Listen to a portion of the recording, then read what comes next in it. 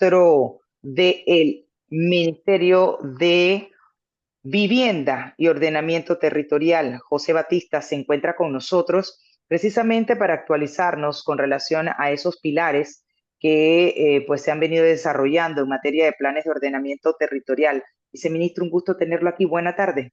Bienvenido. Buenas tardes, Edna.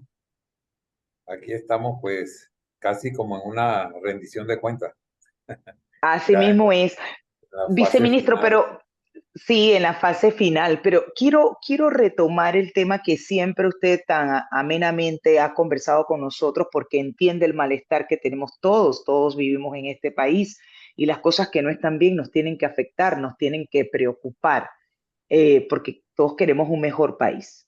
El tema de ese desorden en cuanto a los que están usurpando territorios que no les corresponden, los intrusos, los mal llamados, como le dice uno, asentamientos informales, para mí son invasores. ¿Qué hay o qué respuesta hay con relación a esta situación? Yo quiero una vez más que usted me diga, viceministro, porque no lo entiendo, por qué absolutamente nadie se ha atrevido a poner un punto final a esta situación y tener un plan verdaderamente ordenamiento territorial y no ese desorden que tenemos a diestra y siniestra.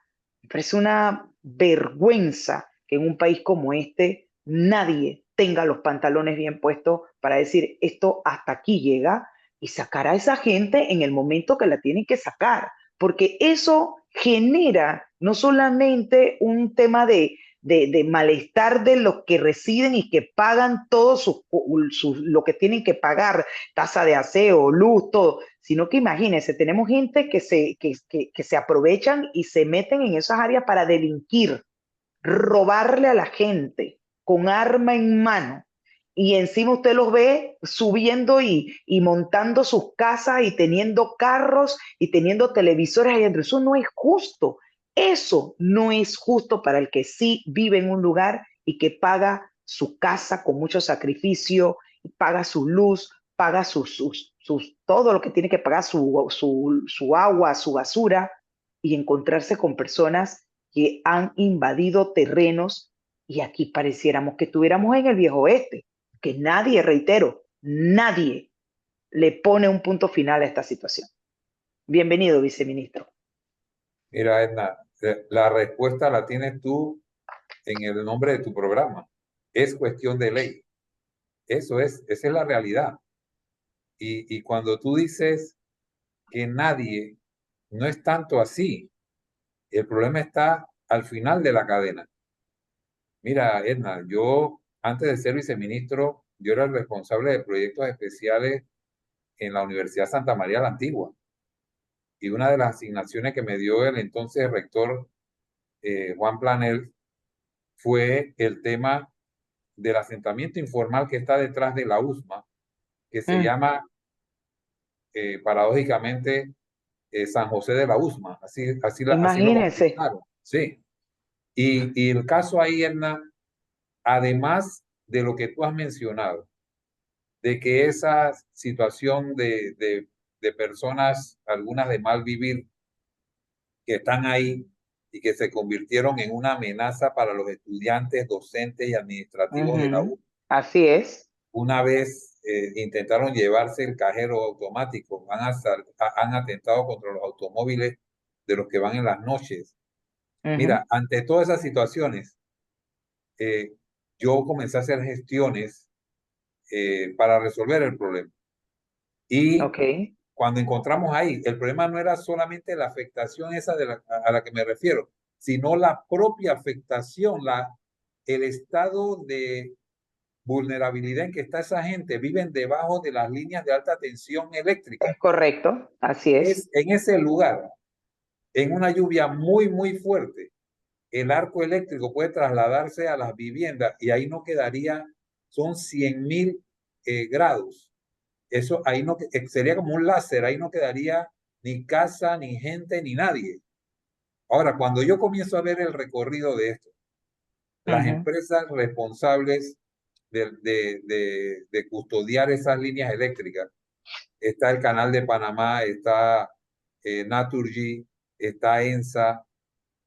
Yo fui a hacer una exploración en todas esas empresas Ok. mantienen permanentemente la denuncia para que esa gente sea sacada de ahí. Pero ¿La nosotros, denuncia ante quién? primero ante la alcaldía, ¿sí? Ujú. La alcaldía da la instrucción a la policía, pero Uf, la policía para actuar tiene que ser con una autorización del juez de paz. Y ay, tú sabes, madre. como cuestión de ley, que esa figura Ujú. no ha funcionado. Incluso Para nosotros, nada. con el ministro Roger Tejada, llegamos a hablar de que esa figura, eso hay que volver al pasado, a la corregiduría, donde Totalmente, había una total. autoridad. Tú sabes más de esto que yo. Y es Ujú. un problema legal. Mira, te menciono por ahí un problema legal, que al final es imposible. ¿Por qué? Porque los jueces de paz están para darle palmaditas en la mano y diga no lo haga más Así es. y no sancionar como debe ser. Pero otro problema que tenemos, nosotros trabajamos, cuando yo tuve de viceministro la vez anterior, se trabajó en un proyecto de ley que se aprobó para penar con cárcel a los invasores. Si tú recuerdas, eso fue declarado inconstitucional, pero era por un problema de Ujú. forma, no de fondo.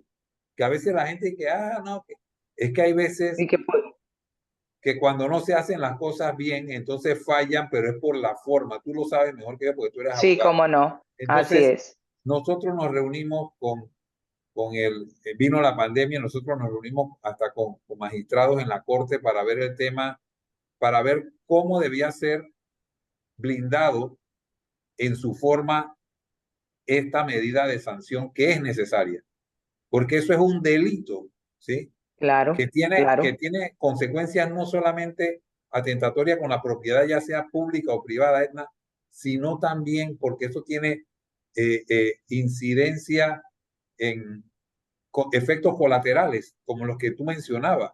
Esta gente invade terrenos donde de repente interfieren en las líneas de agua, en la electricidad, que afectan las urbanizaciones formales, que después los promotores terminan siendo Absolutamente. señalados.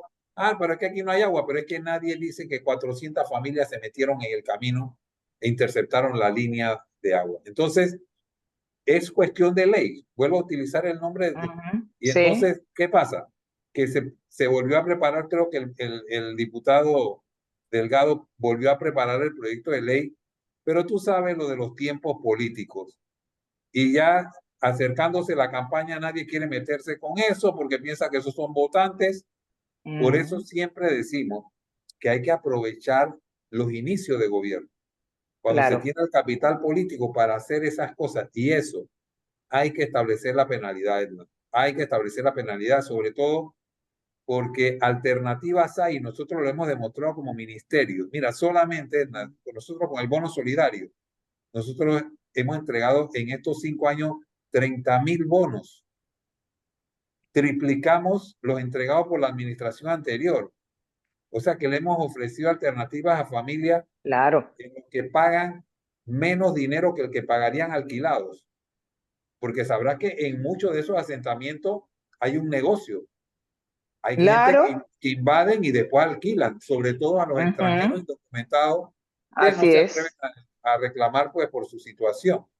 Entonces, te digo, esto es un tema que tenemos que manejarlo integralmente. En un momento se llegó a constituir una comisión en la que estaba la policía, la alcaldía, y no es solo la alcaldía de Panamá, las alcaldías, porque esto es un tema que ya, yo soy de Los Santos, había una época en que allá era un extraño suceso decir que había una invasión, ¿no? Ahora también en las tablas hay zonas de Sí. invasión en todas partes. Yo creo que todos los centros urbanos del país adolecen de ese tema, pero nosotros tenemos que ponerle punto final a eso porque de nada sirve la inversión que estamos haciendo en planificación, Edna, si al final el desorden que traen las invasiones te desplanifica todo, ¿sí? Absolutamente, viceministro, y precisamente por eso invertí pues, el planteamiento y de lo que usted nos venía a hablar, porque cómo estamos hablando por un lado de planes de ordenamiento territorial y por otro lado tenemos eso en paralelo. Y es una situación que realmente no tiene ni pie ni cabeza. Entonces, es lo que usted dice, tenemos unos jueces de paz buenos para nada, esa figura de verdad que no ha servido y ojalá que en esta nueva administración se le ponga el ojo a esa figura, o que funcione o que se elimine y retomemos lo de los corregidores, porque definitivamente aquí no hay quien tenga la mano dura de actuar frente a las denuncias que se presentan de manera inmediata cuando una persona invade territorios que no les corresponde. Y sobre Así todo no es. solamente penalizar al que invade, sino quien está detrás, porque sí, eso se ha dicho, eso no es un secreto, o por así decirlo, como decimos en buen panameño, es un secreto a voces que es un negocio, que invaden para entonces asentar a la gente, colocarla en ese lugar y hacer de eso un negocio y que le entre, pues, sin duda alguna, ese ingreso a costa de personas que quizás no tengan dónde vivir. Pero vamos Mi- entonces a esto de los bonos Pero mira, del... Edna, del uh-huh. para terminar ese punto, porque a veces cuando hablamos de las afectaciones de estos asentamientos informales a la infraestructura física, que es que afectan el, el, el- la capacidad de proveer de agua, de electricidad, de recolección de basura, pero hay otro aspecto que es la infraestructura social. Hay gente en Arraiján que vive en una urbanización formal donde sacaron su Sí, hipoteca y cuando fueron a sí. matricular sus hijos a la escuela le dijeron que no había cupo, porque en las escuelas públicas no le pueden decir, ah, usted vive en una invasión, usted no va a matricularse aquí. Entonces le quitan el espacio a la formalidad en los Uh-huh. cupos en los centros de salud, etcétera, ¿no? O sea que también hay una afectación en la parte de la infraestructura social, ¿sí?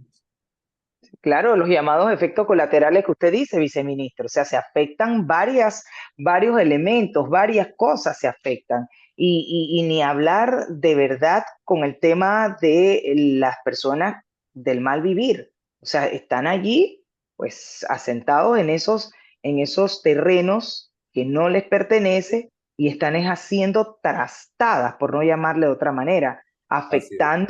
afectando a las personas que formalmente viven en esas áreas o en esos residenciales. La verdad es que ojalá que eso se solucione porque es un tema que afecta, de verdad que afecta terriblemente y sobre Sí. todo el impacto es negativo.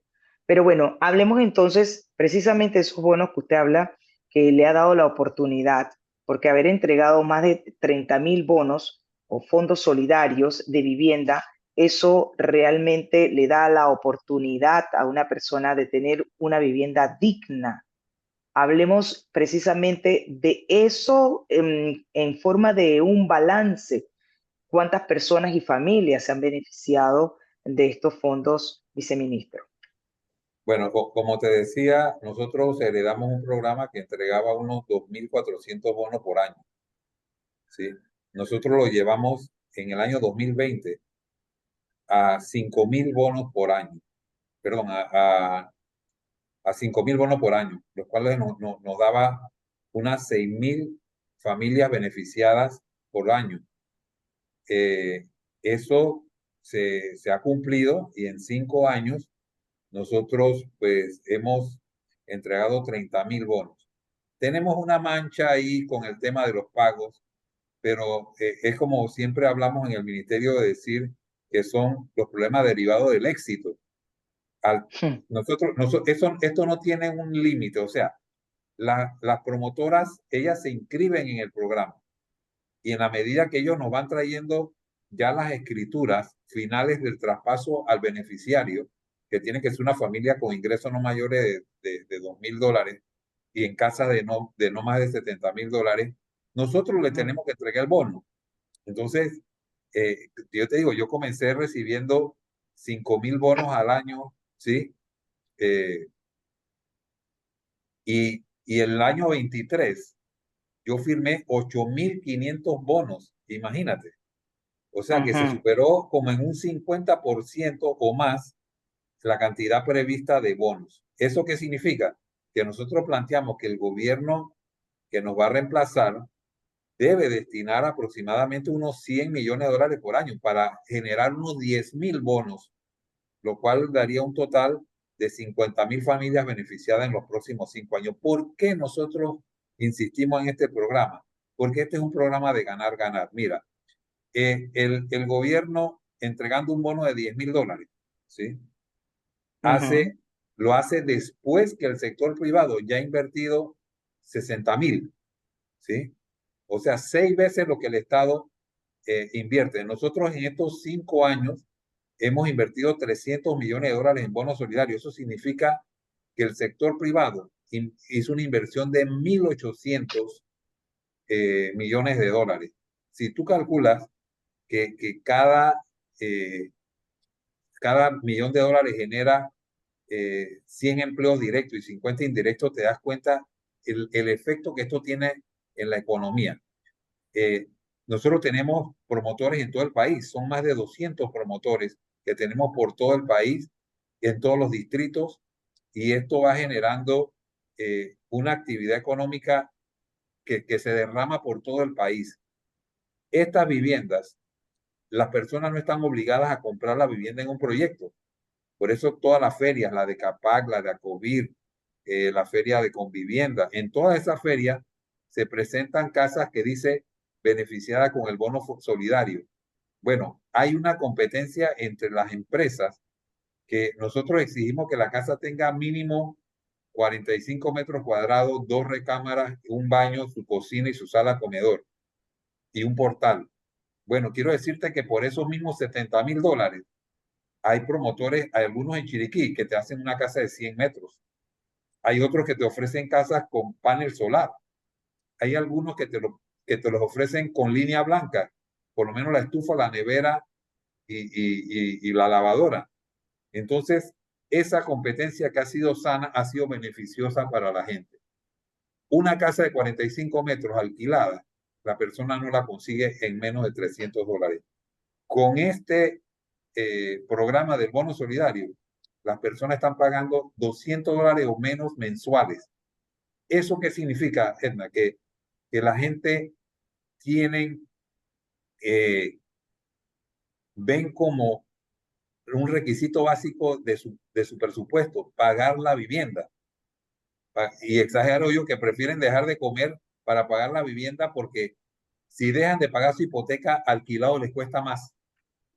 Y acá están pagando una hipoteca de una casa que va a ser propia y es mucho más barata que alquilada. Sin embargo, viceministro, hay una realidad.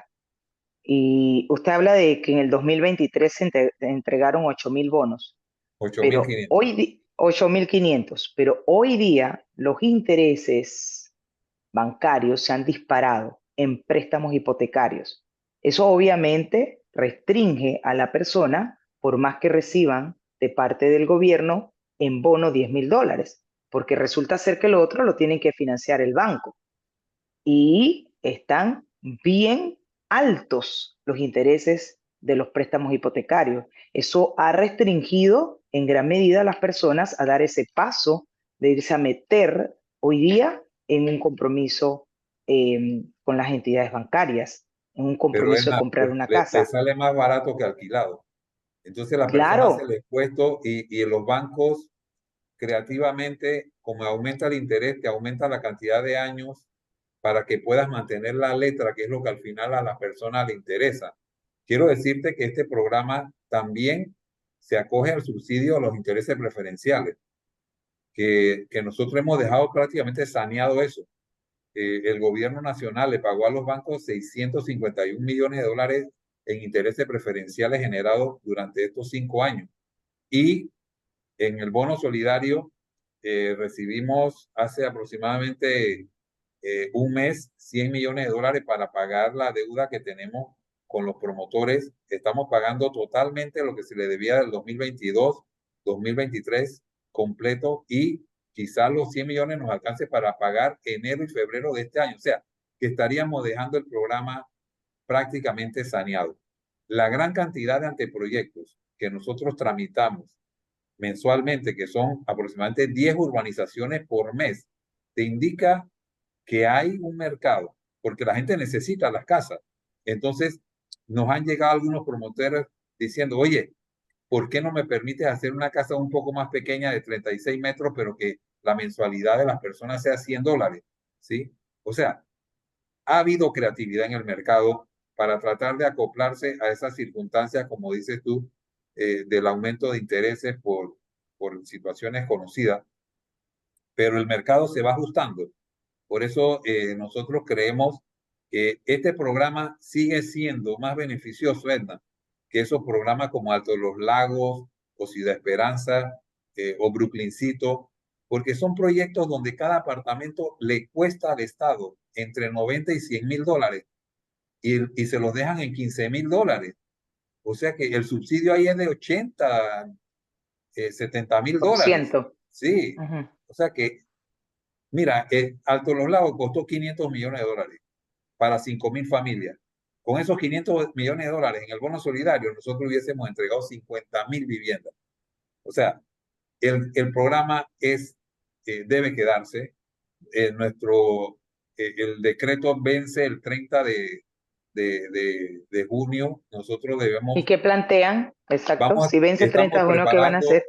La CAPAC nos ha solicitado que preparemos el borrador del decreto que ellos se encargarían de presentárselo, que ya se lo presentaremos nosotros al nuevo ministro Jaime Jované, cuando en transición nos reunamos con él, le vamos a entregar el documento, porque esto sería necesario que en el primer mes se renovara el decreto, como lo hicimos nosotros en su momento cuando llegamos en el 2019.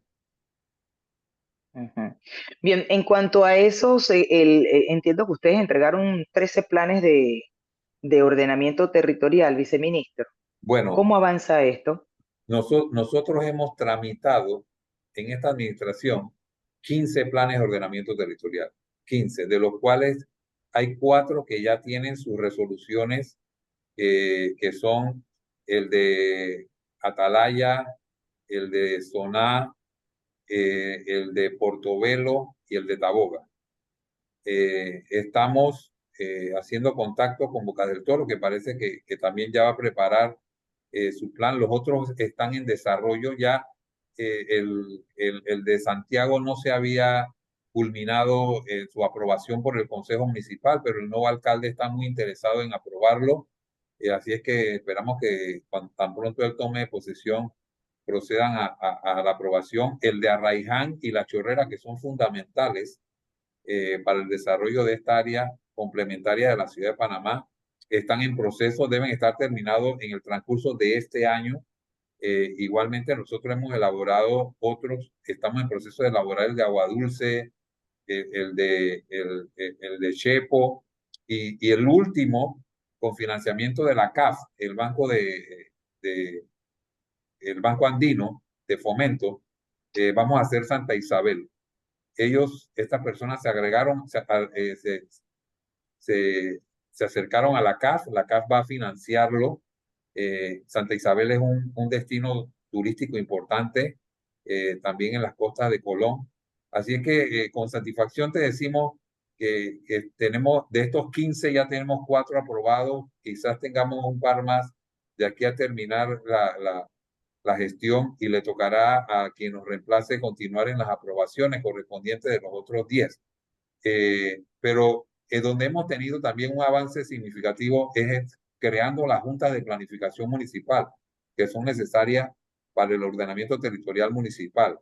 Mira, yo cuando terminé de viceministro en el año 2009, nosotros dejamos 35 juntas funcionando. En el 2019 encontré solamente 5, pero ya las llevé a 45, ¿sí? Y tenemos provincias como la de Veragua que todos los distritos tienen junta de planificación. Así es que ahí le entregamos la batuta a quien nos reemplace para que continúe de los 81 distritos, pues ya por lo menos que unos 20 más tengan su junta de planificación. Lo positivo precisamente de la administración, si usted tiene que hacer un balance en esta oportunidad, qué cosas se avanzaron positivamente, qué cosas quedan pendientes, y lo positivo precisamente de la creación de esas juntas de Bueno, planificación. Sí, como te decía, ¿no? Yo creo que nosotros hemos dejado una huella importante en el programa del bono solidario, triplicando la gestión de la administración anterior. Eh, Hemos dejado también un legado en el tema de la tramitología en el ministerio. Todas las inmobiliarias, las empresas del sector privado que tramitan aquí desde una modificación de uso de suelo, un esquema de ordenamiento territorial, la ventanilla única, los PH.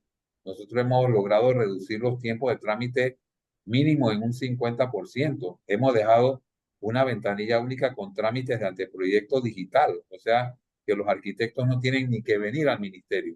Envían su plano, por acá se les revisa digitalmente, se les firma digitalmente y se les devuelve.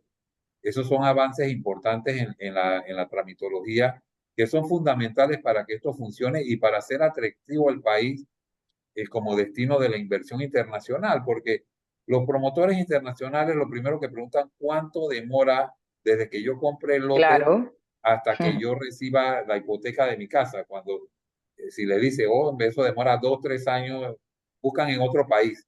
Pero nosotros si logramos mejorar esos tiempos, Edna, nosotros vamos a ser un país más atractivo para la inversión internacional.